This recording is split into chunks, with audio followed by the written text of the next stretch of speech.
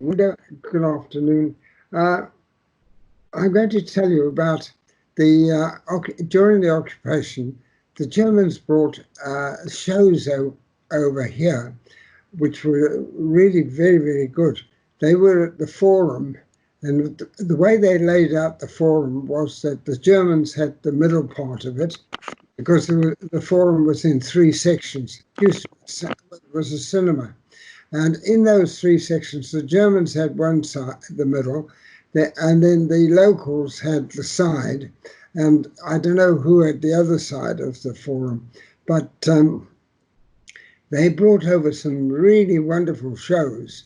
There was no talking; it was all actions, acrobats, and they did all sorts of brought all sorts of like circus shows, really, I suppose. And they had like a chap on a little tiny bike riding around the stage. Then that was a theatre there.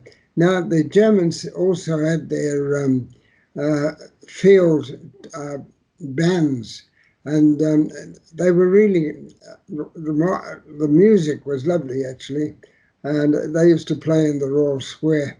And one would go walk through and listen to them. But what I really enjoyed listening to was they had this thing, I think it's like a xylophone with all the strips, and they bang it with a hammer. And it really was something that I liked, and I've always liked ever since, as like the Africans have with a sort of, they do it with their fingers. That's all I want to speak about the occupation, really. I went out to Africa, and we were very fortunate. We were I'd bought a lottery ticket with the name Jersey Lily, and these lottery tickets I think cost £1 or something like that, and the prize, top prize might be 10,000, and the second prize 2,000, and that. And we're in Eric Owen's Rondavel, because that's where we used to go spend evenings occasionally, Margaret and I. And on the radio, they were reading out the winners of the lottery, and it came out that Jersey Lily had come up, that was the nom de plume, had come up £2,000. So we got back in the car, drove up to the cottage where we were living at that time, just to find the ticket. And we got the ticket, yes, we'd won £2,000. Now with that £2,000, it was £2,000 plus an introducer's prize of, I think, £50. Now, in those days, that was 1954, I suppose. Yeah, and that was a lot of money. Well, we had been out with Fred Harlan and Lorena Harlan looking at some plots, which Fred was going to buy. That was in Caerleon, which is just off Burnside.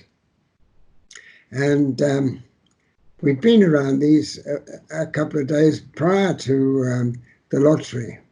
And so we knew what we would really like in the way of land. So we bought a plot from Fred Harlan for, I think it was £1,100.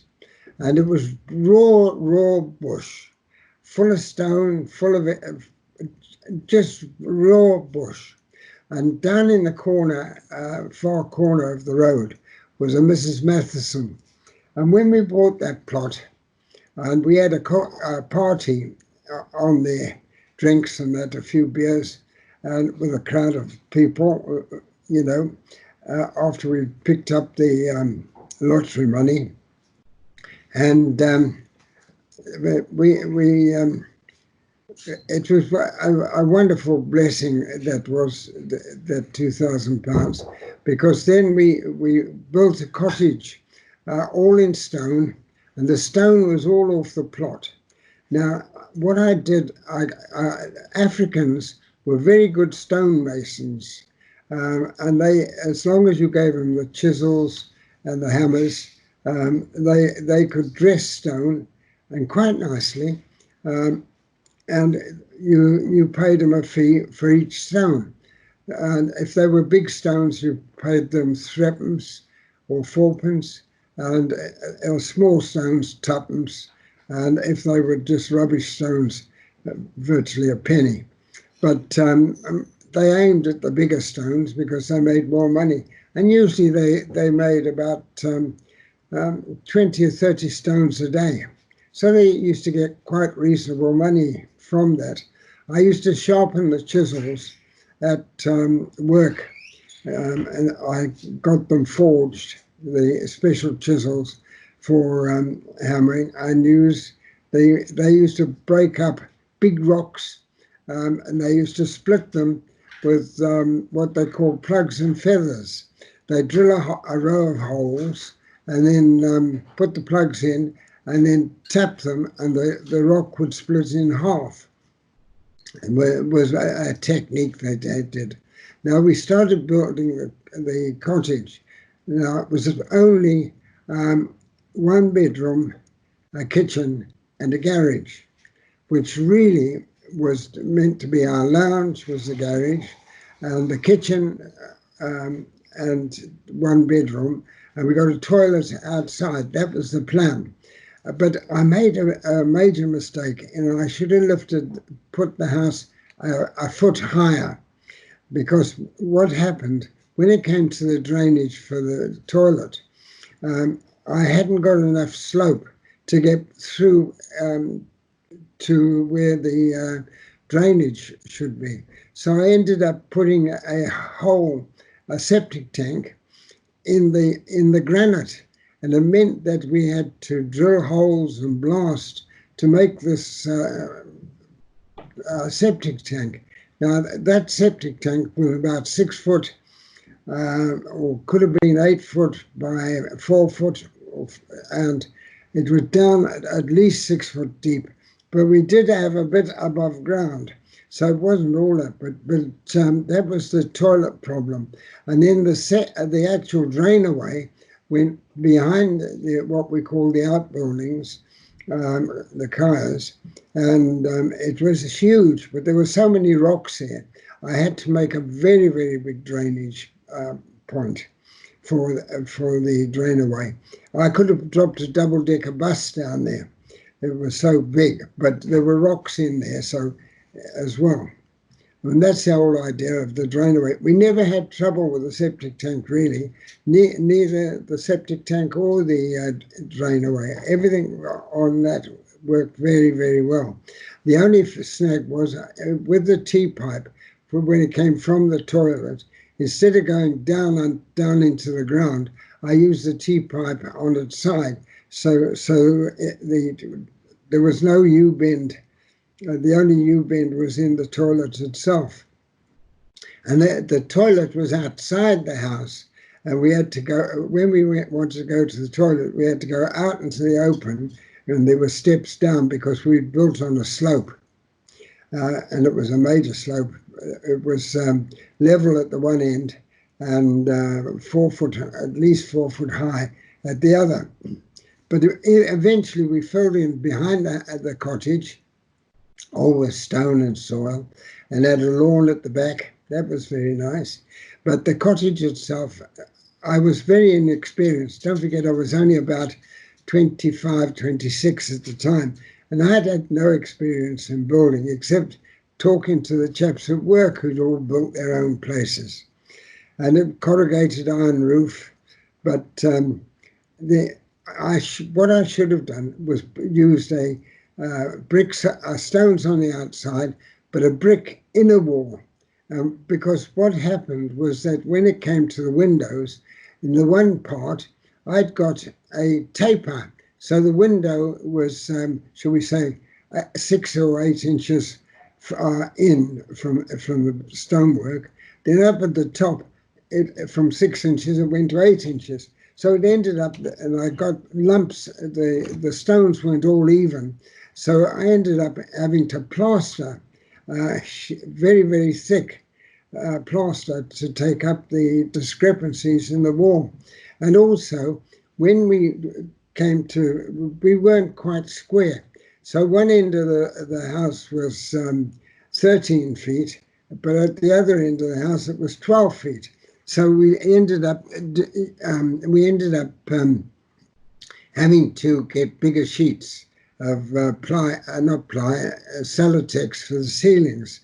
Then in the roof, the branding, I would try to cut corners. I put it at 24-inch centers, and it should really be 16-inch centers or 18-inch centers, the branding. And so the ceiling eventually ended up sagging a bit. But it looked all right. And we got a nice lamp in the middle, put all the electrical work in. Sheldrake did the electrical work. I did all the plumbing. I even made the geyser in the house for the hot water. And that was up, it's just a tank with an element in, with a thermostat. In fact, I did all the plumbing in all the houses that we did. But we started Radiator and Tinning basically. We built the outbuildings in the back, very, very rough, or terrible when I think of it now. And they'd got a toilet, which as well, but a squat pan in the outbuildings. And I took in cars to repair in my own time to knock out the dents and respray them. But I'd only got a little tiny compressor. And one of the things that's very important in industry is you must make sure you always got an oversized compressor because that is what runs the whole of your factory. This was a lesson I learned, that I'd always have insufficient air, compressed air, to operate things. Then I realized that I was stupid to try and do what I was doing, repairing cars in the back, because I had to drive them up a ramp and then around the back. That's where I did it. Perhaps I could have found a better place to do it, but on the plot. But then I decided to open a workshop. So I left. I'd worked then originally, first of all with Crombie's, then Avenue Motors, then CMED. And when I left CMED, I opened my own shop. I got this little tiny workshop on the corner of Jameson Street and 15th Avenue. And it was 20 by 20. It was a double garage. And I got it from Mr. Esat. And the rent was, I think, to start with, was £10 a month. Then it went up bit by bit till for every so many months. Then he would put the rent up again and again and again. Typical Indian, very clever the way he worked the rental on that place, until we eventually got to a stage where we moved out of there. But in that little workshop, we repaired radiators. That was our main business. I called on all the garages to get their work. There was only Kellner's radiators in Bulawayo at that time. And I wanted to make my own radiator cores, and I was playing about trying to make a tube machine. And this is one of my things in life that I did wrong, is that I should have bought new equipment and borrowed the money, and rather than try to make machinery. It was something that my dad always made his own machines. And that, I think, was a mistake on his part too. But it was born into me to make machines. And we put an outbuilding outside it there. So we put all the testing tanks in the garden. And the first radiator we made was the machinery I bought was got from some Germans up in the north of Rhodesia, somewhere like Sonoya. They got some Gunther and Schultz machines, fin machines, and they contacted me because I didn't know of them, and I bought these machines from them, and that was for making the radiator like a Chevrolet or a Bedford, and that was what we called a film block. And my biggest problem with that was the soldering. So I made a tank with gas elements underneath, and the solder was very, very expensive to me in those days. It was tin lead composition, and the first radiator we assembled and dipped, well, it ended up getting stuck in the solder because we couldn't put enough heat into the solder. So it was what you might call a complete disaster. The first one we ever did, and I did that with Alex Lewin. And we finished doing that at about 1 o'clock in the morning, and we went down and had a cup of coffee at one of these all-night cafes after. But eventually we realized our error, and we made a unit, a solder bath, which was very, very more gas elements in there. And I don't know if you realize that with a handy gas or color gas, if you draw off too much gas, it freezes the bottles, so they freeze. So what you've got to do is make a bank of bottles and a manifold so that it takes a little bit of gas out of each bottle at a time, and the bottles don't freeze. Otherwise, your flame goes out. But I'd got started off with the gas, and eventually we went on to electricity using tubes with elements inside, and that worked very reasonably well. No, it was never perfect because we never put enough heat in, and partly because we hadn't got good electricity supplies in the places we were in.